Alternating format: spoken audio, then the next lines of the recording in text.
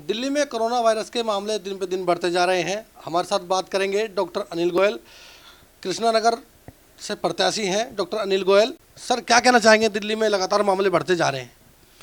देखिए, दिल्ली में जो केसेस बढ़ रहे हैं उनका एक सीधा सा कारण है कि बहुत सारे केसेस एसिम्प्टोमेटिक वो उन पेशेंट्स से या उन नॉर्मल इंडिविजुअल से मिल रहे हैं जिनको कोई बीमारी नहीं है।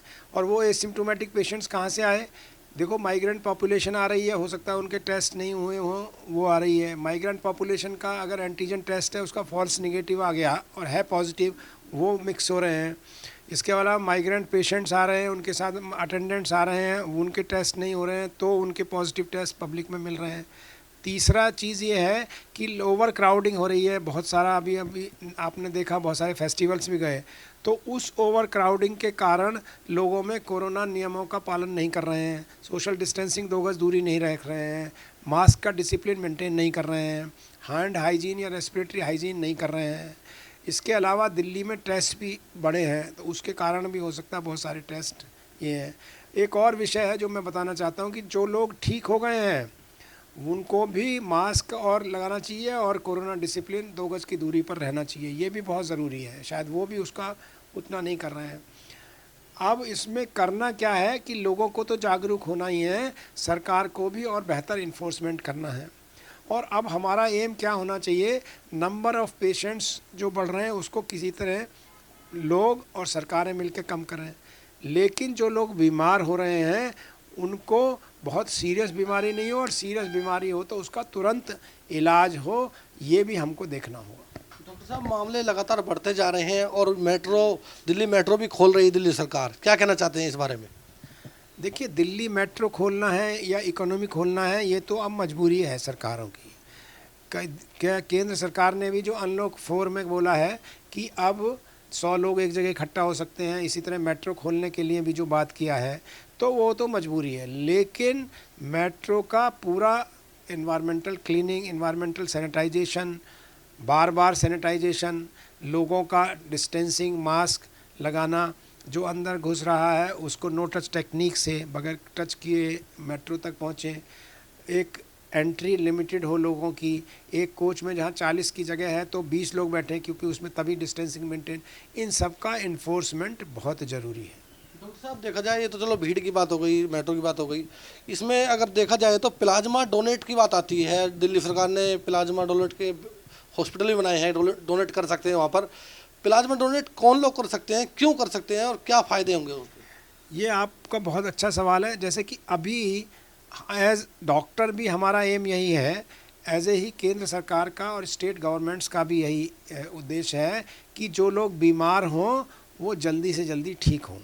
प्लाज्मा एक अच्छा एक्सपेरिमेंटल दवाई है जो कि माइल्ड और मॉडरेट कोरोना डिजीज़ में काम आती है। मतलब अगर मरीज़ को निमोनिया है और शुरू में उसको प्लाज्मा मिल जाए, हो सकता है 1 यूनिट या 2 यूनिट मिल जाए, तो उसमें डिजीज़ को कंट्रोल करने में आसानी रहती है, ये पाया गया है।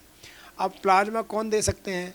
जो लोग कोविड से रिकवरी हुए उसके करीब 15 दिन बाद उनमें आईजीजी एंटीबॉडीज़ पैदा हो जाती हैं, जिसको कहते हैं हम लोग जो रिकवरी एंटीबॉडीज़, तो वो लोग प्लाज्मा दे सकते हैं।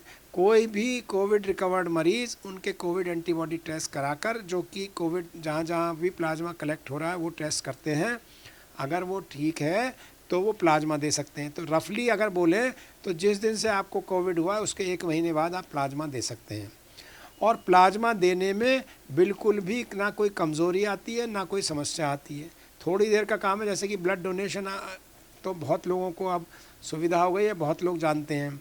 कोविड के मरीज़ को प्लाज्मा देना एक दान है जो उसको ऊपर वाले ने कृपा की है उस पर, तो उसको देना चाहिए, उससे डरना नहीं चाहिए, ना उसके परिवार को डरना चाहिए।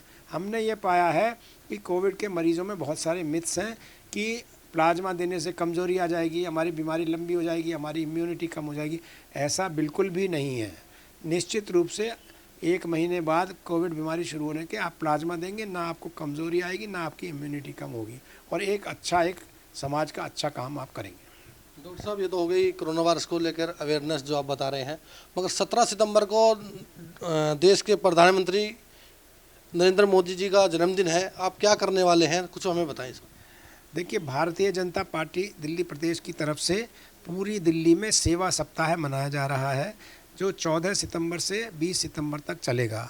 इस सेवा सप्ताह में जैसे मैं शाहदरा ज़िला का प्रमुख हूँ, प्लाज्मा डोनेशन जो मेरे को कराने हैं, 70 लोगों को प्लाज्मा डोनेशन कराने हैं और प्लाज्मा डोनेशन अवेयरनेस ड्राइव और जो कोरोना से पीड़ित हुए उनका सम्मान हम लोग हर मंडल में शाहदरा ज़िले के 19 मंडलों में करने वाले हैं।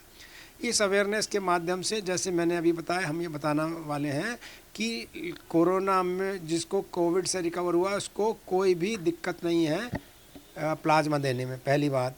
और वो कोविड जो विजेता होकर निकले हैं उनका दिल्ली भाजपा, शाहदरा ज़िला भाजपा, राम किशोर जी हमारे अध्यक्ष हैं शाहदरा ज़िला के, उनके मार्गदर्शन निर्देशन में हम लोग उनको ये प्रेरणा देंगे कि आप जहाँ ज़रूरत हो तो प्लाज्मा दें, चाहे वो आपका रिश्तेदार हो या जहाँ भी रिश्तेदार ना भी हो तब भी दें। बहुत बहुत शुक्रिया बात करने के लिए। ये थे डॉक्टर अनिल गोयल हमारे साथ कृष्णनगर से। कैमरामैन अभिषेक के साथ धर्मेंद्र कुमार, लाइव न्यूज़ दिल्ली।